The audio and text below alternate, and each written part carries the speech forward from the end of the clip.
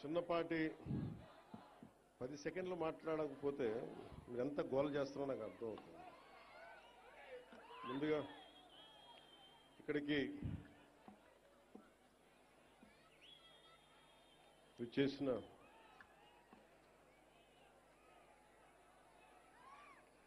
మా ఆడపడుచులకి, అక్క చెల్లెళ్ళకి, మహిళలకి, యువతకి, యువకులకి,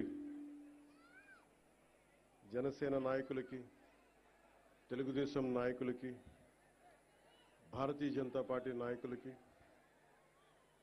జన సైనికులకి, జనసేన వీర మహిళలకి, తెలుగు మహిళకి, తెలుగు యువతకి, భారతీయ జనతా పార్టీ యువ మోర్చా మహిళా శక్తికి నా హృదయపూర్వక నమస్కారాలు. నాకు పని చేయడం తప్ప విజయం గురించి తెలియని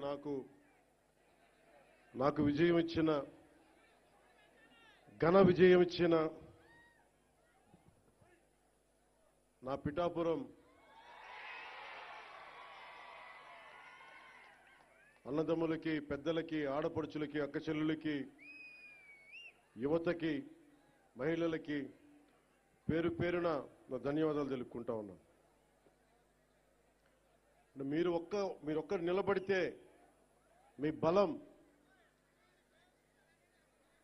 వైజాగ్లో, విశాఖపట్నంలో మీరు ఎలాంటి గెలుపునిచ్చారంటే 2,08,000 కోట్ల పెట్టుబడి రాష్ట్రానికి తెచ్చేలా చేశారు. అంత గొప్ప విజయం ఇచ్చారు. కేవలం నన్ను గెలిపించడం అంటే అది మన గెలుపు, నా గెలుపు కాదు, మన గెలుపు కాదు, రాష్ట్రం గెలుపు, ఇది తెలుగు ప్రజల గెలుపు, ఆంధ్ర ఆత్మగౌరవం ఇది. అలాంటి ఘన విజయాన్ని అందించిన సంవత్సరం ఇది.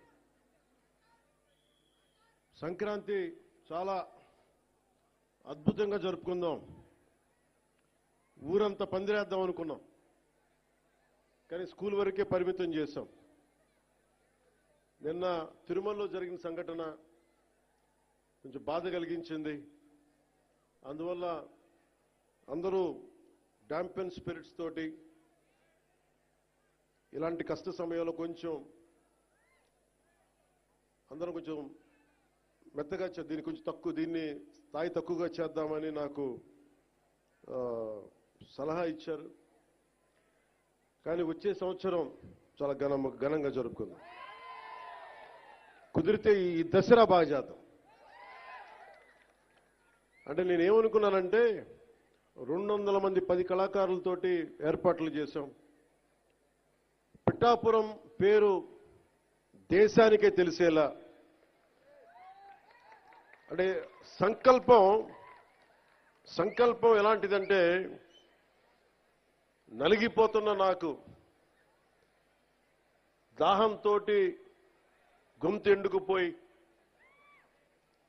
అసలు చుక్క నీరు దొరకని పరిస్థితుల్లో పరిస్థితి ఎలా ఉంటుందో 15 సంవత్సరాలుగా ఒక బలమైన, ఇబ్బంది లేని ఒక సూపర్ స్టార్డమ్ని వదులుకొని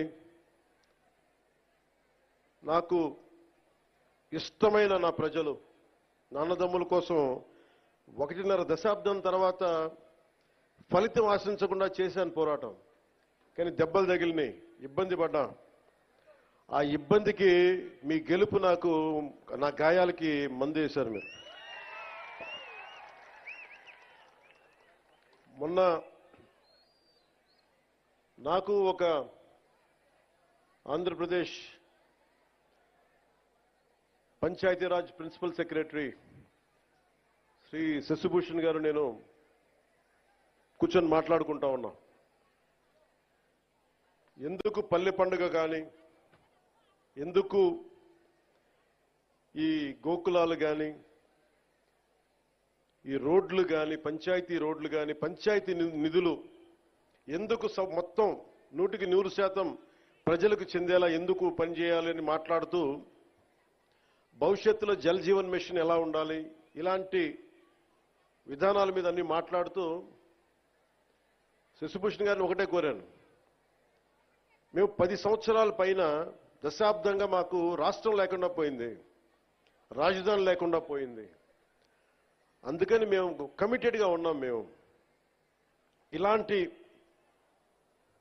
రాష్ట్రానికి నేను మీ నుంచి కోరుకుంది ఒకటే,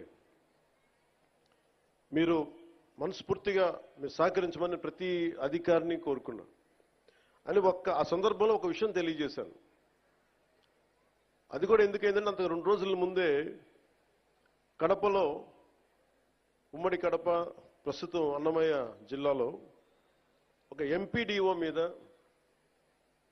గత ప్రభుత్వ నాయకులు దాడి చేస్తే ఆ ఎంపీడీఓ గారు జవహర్ గారిని పరామర్శించడానికి వెళ్ళాను. వెళ్ళి వారితో మాట్లాడా, వారికి ధైర్యం చెప్పాం. ఆ నేపథ్యంలో నేను శశిభూషణ్ గారికి ఏం తెలియజేశానంటే, నేను ఎందుకు ఇంత తపన పడతానంటే సార్, మా నాన్న నాకు అధికారులు అంటే మీరు నమ్ముతారో లేదో నాకు తెలియదు, ఇది నేను శశిభూషణ్ గారికి చెప్పాను. మా నాన్న ఒక పోలీస్ కానిస్టేబుల్గా ఉద్యోగం ప్రారంభించిన మా నాన్న ఒక అసిస్టెంట్ ఎక్సైజ్ సూపరింటెండెంట్గా రిటైర్డ్ అయ్యారు సార్. ఇది ఆంధ్రప్రదేశ్ ప్రభుత్వం జీతాలతోటి బతికిన కుటుంబాలు మాయి.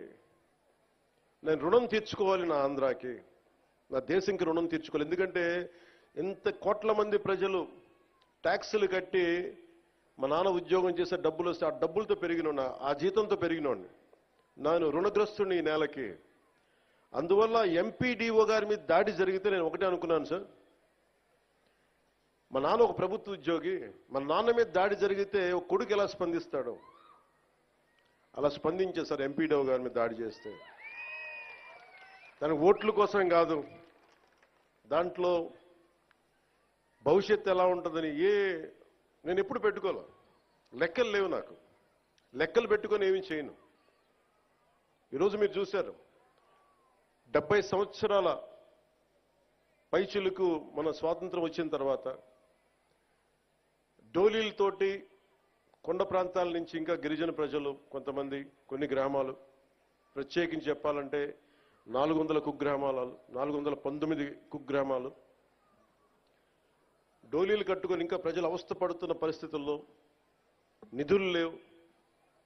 గత ప్రభుత్వం ఇష్టానుసారంగా టాయిలెట్లకి 2 కోట్లు 3 కోట్లు ఖర్చు పెట్టుకున్నారు, బాత్రూమ్స్కి 500 కోట్లు పెట్టి ప్యాలెస్లు కట్టుకున్నారు. ఇష్టారాజ్యంగా చేశారు. రంగులు వేయడానికి కొన్ని 100 కోట్లు, రంగులు తీయడానికి 100 కోట్లు, 1000 కోట్లు దుర్వినియోగం చేశారు. ఇలాంటి పరిస్థితుల్లో, డబ్బు రాని పరిస్థితుల్లో కూడా, డబ్బులు లేని కటకట అంటున్న పరిస్థితుల్లో కూడా గౌరవ ముఖ్యమంత్రి గారి దృష్టికి, నారా చంద్రబాబు నాయుడు గారికి దృష్టికి తీసుకెళ్తే నేను చెప్పాను, ఇట్లా ఇబ్బందిగా ఉన్నాయి సార్ అక్కడ, పాపం చాలా కష్టంగా ఉందంటే ఆయన పెద్ద మనసుతోటి ఒక 39 కోట్లు శాంక్షన్ చేశారు. అలాగే మనందరం గర్వించే మన ప్రీతం ప్రధాని శ్రీ నరేంద్ర మోదీ గారు కేంద్రం నుంచి వచ్చిన నిధులతోటి కలిపి 70 సంవత్సరాల ఈ పాలనలో 5 సంవత్సరాల దుష్ట పాలనలో వాళ్ళు మర్చిపోయారు. అంటే ఓట్ల కోసం బుగ్గలు నిమరటం, తలకాయలు నిమరటం ఇవి కాదు. కష్టం ఉన్నప్పుడు పక్కన ఉండాలి. అధికారుల మీద దాడి చేయకపోవటం, వ్యవస్థల్ని బలోపేతం చేయటం.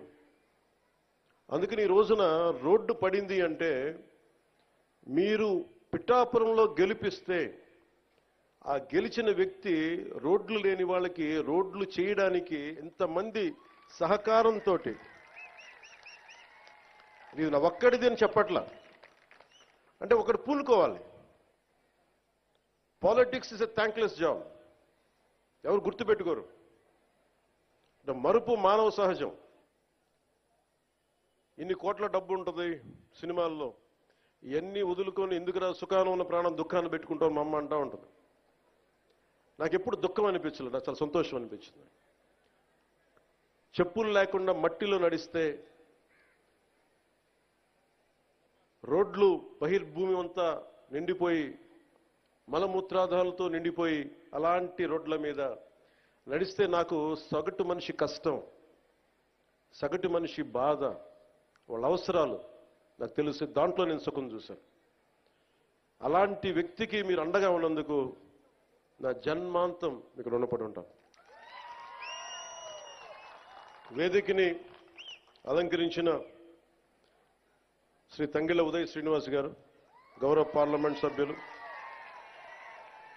శ్రీ శశిభూషణ్ గారు, principal secretary Panchayati Raj and rural development, Shrimati Varavula Satyaprabha గారు, ఎమ్మెల్యే ప్రతిపాడు, శ్రీ తొట్టా సుధీర్ గారు, చైర్మన్ సివిల్ సప్లైస్ కార్పొరేషన్, అలాగే ఎస్విఎస్ వర్మ గారు, Shri M Krishnateja, director Panchayati Raj and rural development, Burra Krishnaraju గారు, అలాగే ఏదైనా ఒక పని చెప్తే ఆగ మేఘాల మీద యంత్రాంగానంతా ముందుకు తీసుకెళ్లే మన ప్రీతమ కలెక్టర్ శ్రీ షణ్ముఖ్ గారు, అలాగే ఎస్పీ పాటిల్ గారికి మనస్ఫూర్తిగా నా హృదయపూర్వక నమస్కారాలు.